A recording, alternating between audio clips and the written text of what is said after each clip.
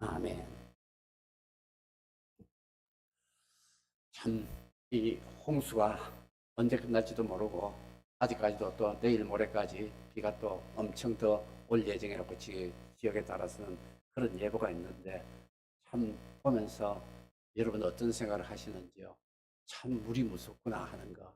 그래서 어느 뭐 지역의 한 지역이 전부 다 그냥 물바다가 된 걸 보고 노아의 홍수 때는 어땠을까 하는 생각을 한번 해보게 됩니다.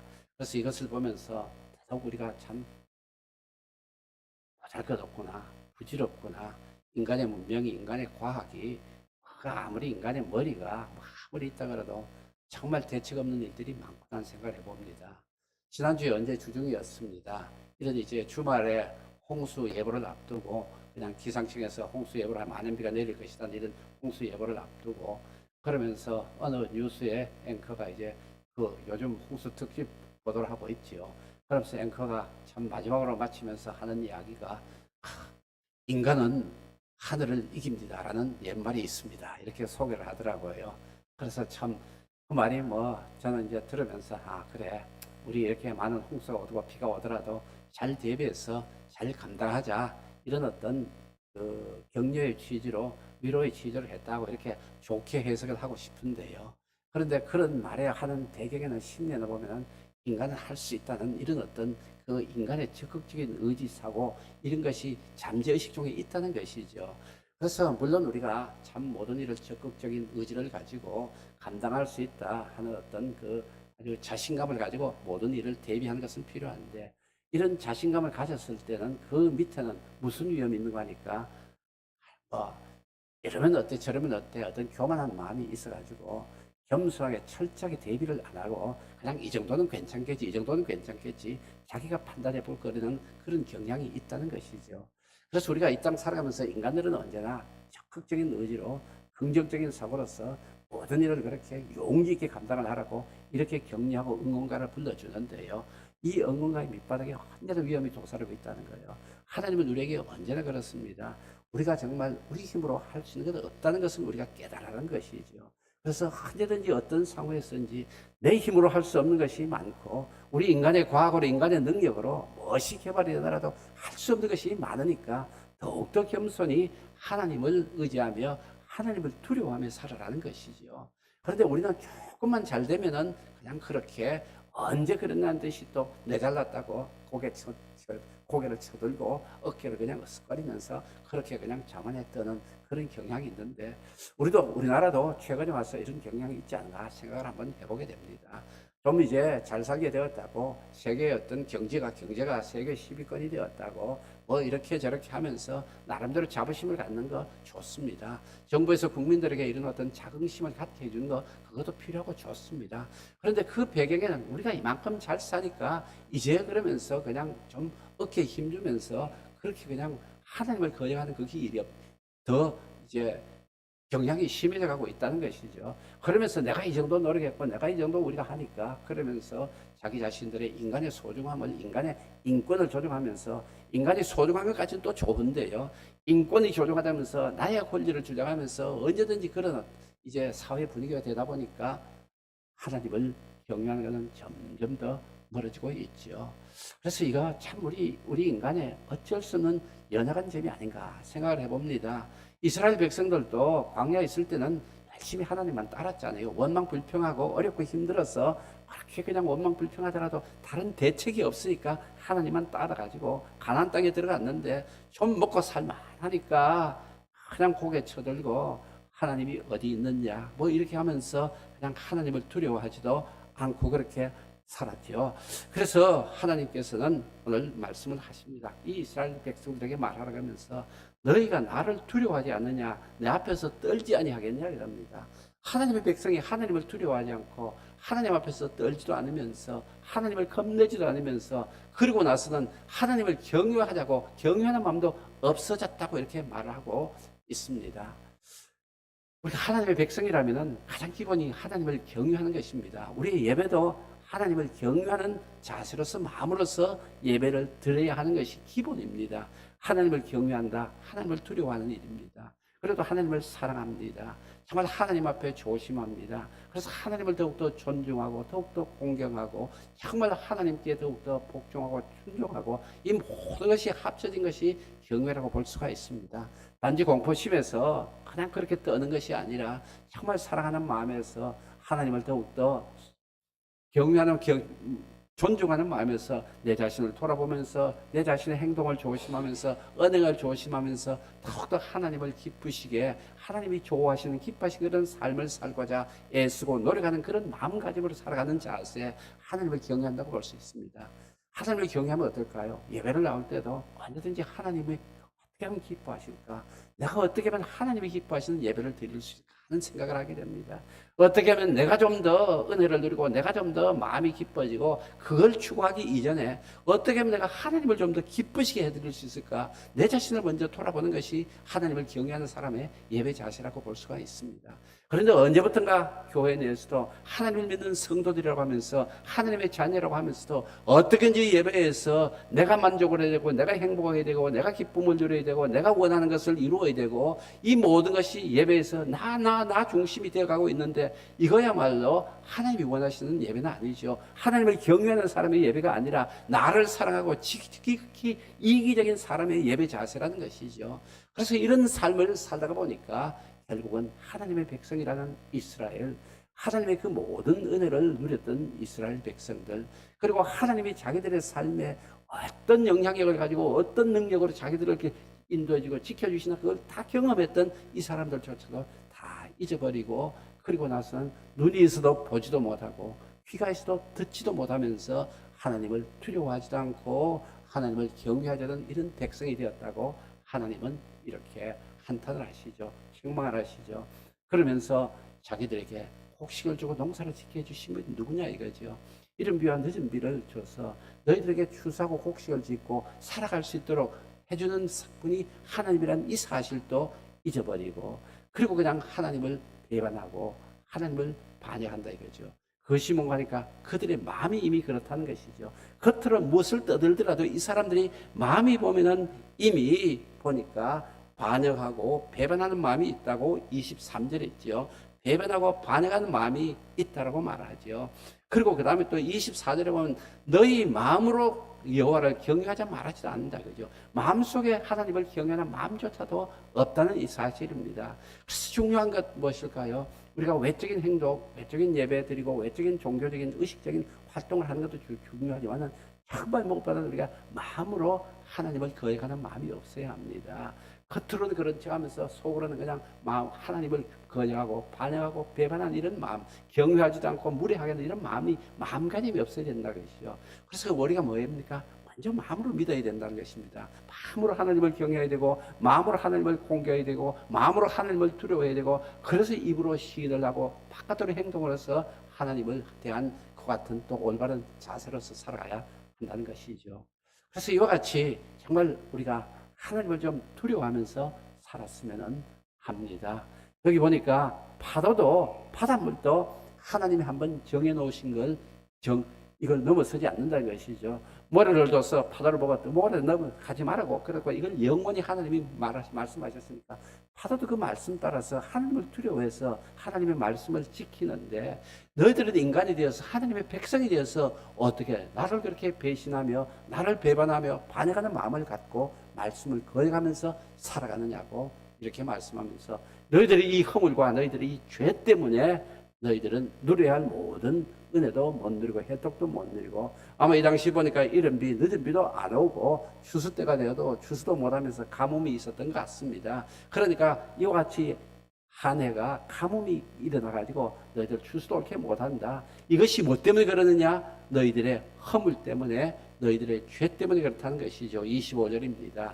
그래서 허물이 뭘까요? 바로 방황하단 말입니다. 빗나가 있단 말입니다. 그러니까 하나님의 말씀대로 하나님의 길 따라 살아가지 않고 그냥 자기 좋은 대로 방황하면서 여기저기 그냥 자기 필요한 대로 자기 길을 가고 세상 길을 가고 있다는 것이죠. 그리고 그 다음에 또 여기서 죄는 무엇일까요? 바로 이거는 또 하나님의 목표에 관역에 목표물에 명중을 못했단 말이거든요. 그러니까 하나님이 지어주신 목표를 하나님이 정해주신 관역에서 빗나간 삶을 살아가고 있다. 꼭 이렇게 말하면서 그것 때문에 너희들이 누려야 할 하나님의 은혜를, 하나님의 도우심을, 하나님의 보살핌도 못 누리고 이렇게 살아가고 있다라고 말씀을 하십니다.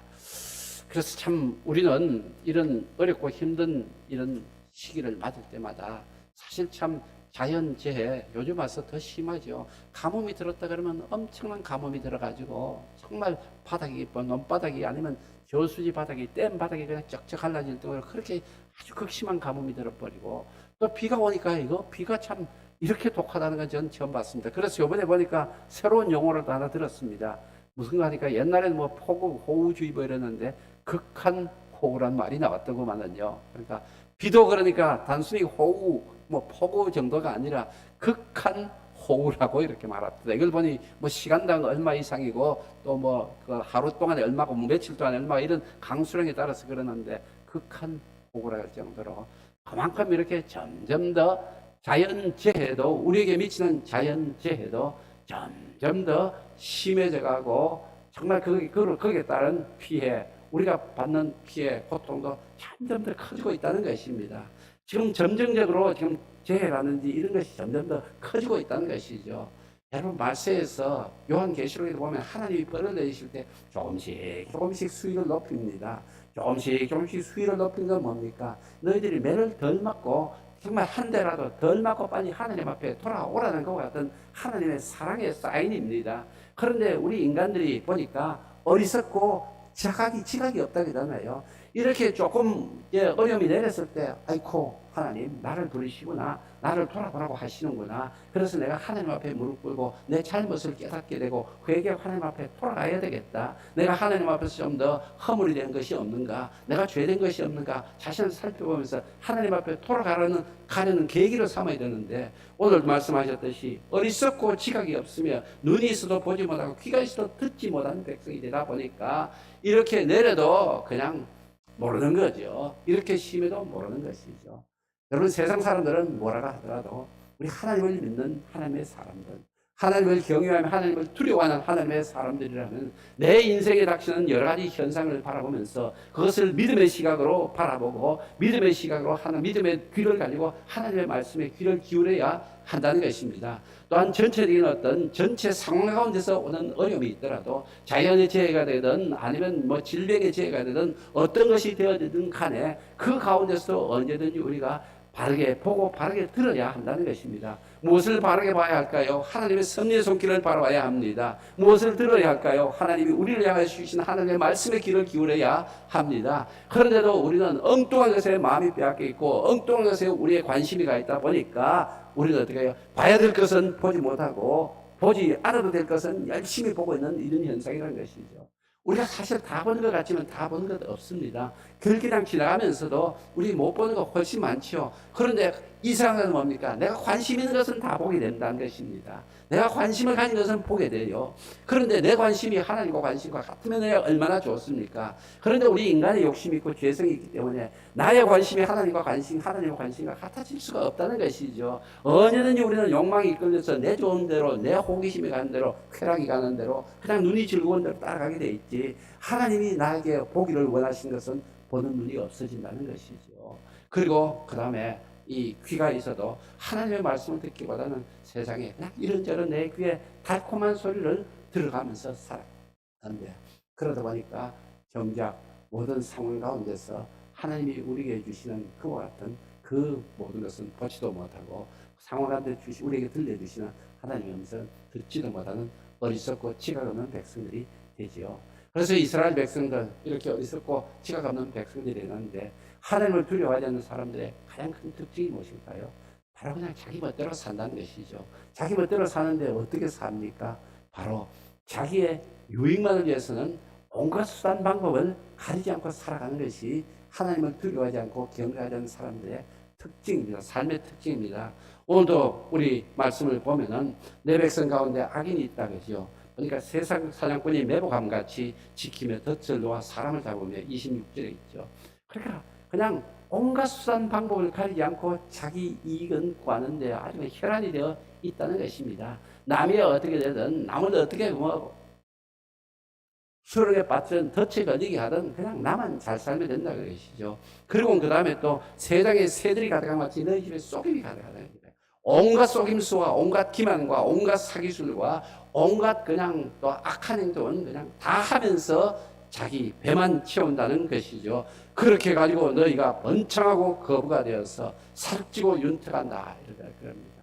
그래서 그 다음에는 또 가난한 자들의 송사, 힘없고 연약한 사람들은 그냥 어떻게든 엉그르고 약탈하는 그러니까 심판관, 재판관마저도 이런 사회를 이렇게 살아가고 있다 이죠. 그것이 뭐 때문에요? 자기의 이익을 얻으려고 그렇게 한다는 것입니다. 하나님을 두려워하지 않는 사람들 정말 이런 모습이죠. 그러면서 우리 지금 시대를 이렇게 보면은 참 자기 이익 앞에서는 어느 누구도 그냥 수단 방법을 가리지 않는 한 이 사실 참 다시 한 번 더 생각해 봅니다. 그리고 그 다음에 또 이런 문제 여기 보니까 사람들이 이렇고 재판관들도 있고 사회적으로 이렇게 윤리적으로 도덕적으로 타락을 하면서 사회적으로 정의가 무너지고 공의가 무너지고 사회적으로 불의와 악이 가득한데 이것이 어떻게 드러나요? 마지막에 보니까 31절에 보니까 선지자들은 거짓을 예언하며 제사장들은 자기 권력으로 다스리며 내 백성은 그것을 좋게 여기니 그럽니다. 어느 누구 하나 예외가 없다는 말이죠. 선지자 누굽니까? 하나님의 말씀을 대언하는 사람들이죠. 그런데 어떻게 해요? 여기서 보니까 거짓을 예언한다는 것이죠. 거짓을 예언한다는 말은 하나님의 말씀 아닌 것을 하나님의 말씀이라고 하면서 그렇게 자기가 뭐 영적으로 뭐 어떠니 그러면서 영성이 있느니 뭐가 하면서 그러면서 그냥 하나님의 말씀이라고 거룩한 척하면서 거짓말을 하고 있다는 것이죠. 예레미야 시대에 어땠습니까? 예레미야를 통해서 하나님은 계속된 심판의 메시지를 주셨습니다. 너희들 계속해서 그 길로 가면 너희들 망한다. 정말로 망한다 그러면서 이런저런 또 사인도 주시고 그렇게 예비적인 재앙도 좀 내려주시고 하시는데도 예레미야 말은 안 들었죠. 오히려 예레미야를 박해하고 가두기도 하고 웅덩이에 빠뜨리기도 하고 그러면서 거짓 선지자들 평화하다 절대로 우리 바벨론이 망할 일 없다. 그리고 바벨론에 포로로 간 사람들도 곧 돌아온다 이러면서 평화라 행복 그러면서 그렇게 외쳤던 거짓 선지자들이 있었습니다. 그 사람들이 하나님의 말씀을 했을까요? 자기 생각대로 말하는 것이죠. 자기 세상 지식대로 자기 그냥 생각하는 대로 희망하는 대로 자기 원하는 대로 막 말을 하고 있는 것인데 선지자들부터 이렇게 타락을 했다는 것이죠. 그리고 난 다음에는 또 여기에 제사장들이 또 자기 권력으로 한다는 것인데 제사장은 또 누굽니까? 선지자는 하나님의 말씀을 백성들에게 선포하는 사람이라면 제사장들은 어떤 의무가요? 백성들의 형편을 하나님 앞에 대신해서 간구하면서 제사 드리면서 백성들의 죄 용서를 받기 위해서 속죄 제사를 드리고 백성들을 대신해서 하나님 앞에 번제 각종 제사를 드리면서 백성들의 죄 용서함을 구하고 백성들을 대신해서 하나님 앞에 간구하면서 백성들을 위해 주는 사람인데 이 사람들 자기 권력 가지고 군림하고 그냥 백성들을 억압했다는 말이죠. 그러니까 선지자도 제사장도 소위 하나님의 일을 한다는 하나님의 사람들도 선택된 그런 사람들도 이렇게 세상에 동조를 됐는데 여기에다 누구까지 동조를 한다고요?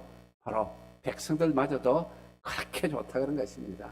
백성들이 누구 말을 들었어요? 예레미야 말을 듣기보다는 누구의 말이요? 야, 평화 온다. 걱정하지 마라. 너 곧 복 받는다. 곧 너 좋아진다. 이렇게 그냥 아주 축복의 말만 하는 그런 선지자들의 말을 듣고 우리나라 절대로 안 망한다. 예루살렘 절대로 안 망한다. 이게 성전인데 어떤 나라인데 어떤 성인데 그러면서 백성들은 안심시켰던 우리 인간은 하늘을 이길 수 있다면서 응원가를 부르고 격려가를 불렀던 그런 선지자들을 따라가지고 짝짝꿍이 돼서 그래 했죠. 그러니까 여기서 이런 말을 써도 될지 모르지만 세 가지가 다 그냥 하나가 됩니다. 제사장도 또 그 다음에 선지자도 백성도 다 짝짝꿍이가 맞아가지고 그렇게 하나가 되다 보니까 하나님이 이렇게 한탄을 하시죠. 너희들 이러다가 마지막에 너희가 어찌하랬느냐. 이러다가 마지막에 어찌하랬느냐 하시면서 그러면서 또 그 위에 보면은 내가 너희들을 벌하지 않겠느냐고 그죠. 29절이죠.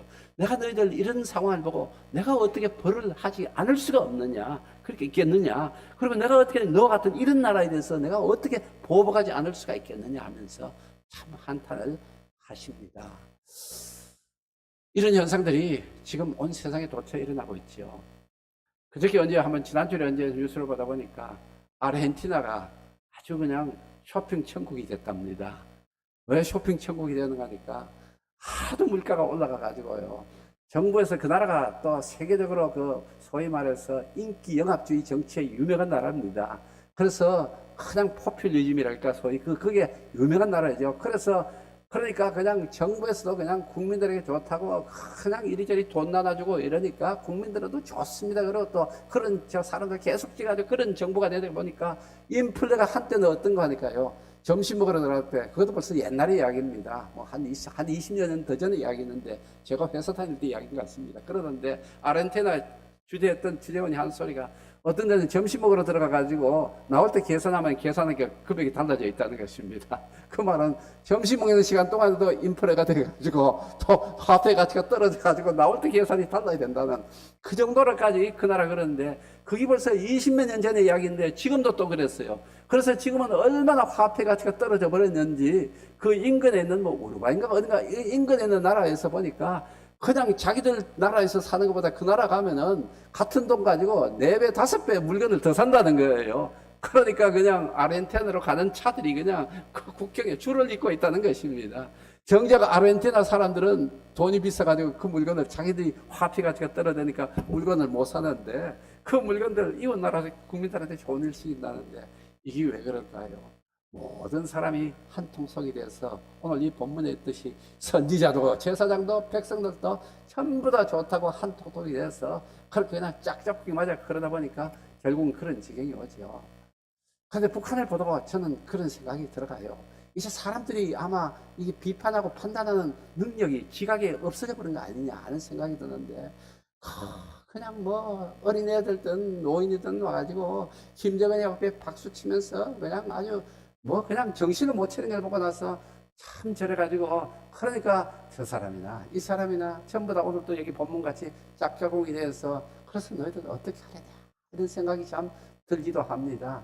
그래서 우리 살아가면서 다시 한 번 더 우리가 이제 분별력이 있어야 되고 시각이 있어야 되는데 그것이 어디에서 나올까요? 바로 모든 지혜는 지혜의 근원이 어디에 있습니까? 바로 하나님을 경외하는 일입니다. 하나님을 경외하는 것이 지혜의 근본이라고 말씀을 하시죠. 하나님을 지혜하는 일이 바로 우리의 총명과 판단력과 분별력의 근본이 근원이 된다는 사실. 그래서 우리의 모든 삶에서 근본적인 지혜는 하나님을 경외하는 데서 출발한다는 이 사실 우리가 언제나 마음에 새겨야 하겠습니다. 그러면은 하나님을 경외하는 사람은 어떻게 해야 될까 아니죠. 하나님을 두려워하는 사람은 어떻게 해야 될까 아니죠. 여러분 애들이 부모를 두려워하면 어떻게 합니까? 부모 말 듣죠. 두려워하면 부모 말 듣습니다. 안 두려워하면 어때요? 그래서 말부터 안 듣지요. 말부터 듣지 않습니다. 그래서 우리 부모를 하나님을 경외한다 그러면요. 하나님을 두려워한다면은 우선 하나님의 말부터 듣게 되어 있습니다. 하나님의 말씀을 안 듣다가는 내가 어떤 피해를 볼지도 모르고 어떤 어려움을 당할지도 모르지요. 그리고 하나님의 말씀을 순종했을 때 하나님이 우리에게 어떤 은혜를 내려주시고 복을 내려주신다는 거 말씀에 기록이 되어 있지 않습니까? 그러니까 복잡한 건 없습니다. 정말 하나님을 두려워하고 경외하는 사람은 하나님의 말씀을 듣고 따르게 되어 있습니다. 하나님의 말씀을 듣고 따른 사람은 어떤 사람일까요? 자기 잘났다, 자기 뭐 안다 이렇게 교만하는 사람이 아니라 언제든지 겸손한 사람이지요. 그래서 그리고 그 다음에 그러다 보니까 말씀을 듣다 보니까 악을 멀리하게 됩니다. 하나님이 악을 싫어한다는 거 다 아잖아요. 그러니까 이런 삶, 그러니까 삶에서 드러나게 되어 있다는 것입니다. 그래서 여러분 우리가 결코 우리의 믿음이 우리의 삶과 분리된 삶은 아닙니다. 언제든지 믿음과 삶이 동전의 양면같이 그렇게 같이 나가야 한다는 것이죠. 그러면 이 삶 가운데는 우리가 이렇게 예배드리면서 하나님 앞에 의식적인 어떤 삶도 있습니다. 의식적인 믿음의 행위도 있습니다. 그렇지만 우리 일상생활이 훨씬 더 많은 비중을, 시간적으로도 많은 비중을 차지하고 있죠. 거기에서 그냥 우리가 더욱더 믿음대로 살아가야 한다는 것이죠. 여러분 분명한 것은요. 하나님을 경외하는 것이 무엇인가 하니까요. 잠언 8장 13절에 보니까 하나님을 경외하는 것은 악을 미워하는 것이라고 분명히 말씀을 합니다. 그래서 하나님은 교만과 거만과 악한 행실과 패역한 입을 미워하신다고 말하지요. 그러니까 하나님을 경외하는 사람은 악을 행할 수가 없게 되어 있습니다.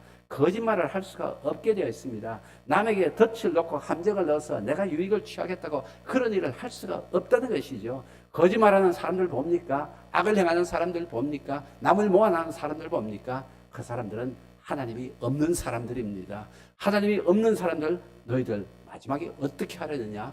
하나님이 지금도 한탄하고 계신다는 것이죠. 반면에 하나님을 경외한 사람들에 대한 하나님의 약속이 있습니다. 잠언 22장 4절 말씀, 가끔씩 여러분들에게 소개해드린 말씀이지요. 겸손과 여호와를 경외함의 보상은 재물과 영광과 생명이라고 분명히 말씀을 하십니다. 재물도 주시고 영광도 주시고 생명도 주신다는 것인데, 그런데 살아가다 보면 이 세 가지가 다 있으면 얼마나 좋겠습니까? 그렇지만 하나님을 경외하고 겸손한 사람에게는 한 가지 분명한 것은 있습니다. 무엇일까요? 마지막 생명은, 영원한 생명은 하나님이 분명히 주십니다. 그래서 우리 언제든지 이 사실을 마음에 새기면서 더욱더 하나님을 경외하고 두려워하는 사람이 되었으면 합니다. 매일 성경 첫 번째 문단 읽고 두 번째 문단 읽고 마치겠습니다. 하나님을 경외하는 마음과 이웃을 사랑하는 마음은 동전의 양면과 같습니다. 하나님을 두려워하지 않는 태도는 이웃을 향한 폭력으로, 특별히 약하고 가난한 사람을 향한 억압과 착취로 이어졌습니다. 부자들은 점점 더 부해지는데 빈자들은 더 파리해져 갔습니다. 또한 타락한 법정은 고아의 억울함을 풀어주거나 빈민을 보호하기는커녕 불공정한 판결로 부유하고 권력 있는 사람들을 비호했습니다. 하나님의 분노를 촉발하여 하나님의 심판을 자초한 이런 추악한 죄들이 하나님을 향한 경외감을 잃어버린 데서 비롯되었습니다. 하나님을 경외하면 하나님의 형상인 이웃을 박대할 수 없습니다. 힘없는 이웃을 환대하지 않는 것은 그들을 사랑하시는 하나님을 두려워하지 않는 것입니다. 아멘. 주님 가르치신 대로 마칩니다. 하늘에 계신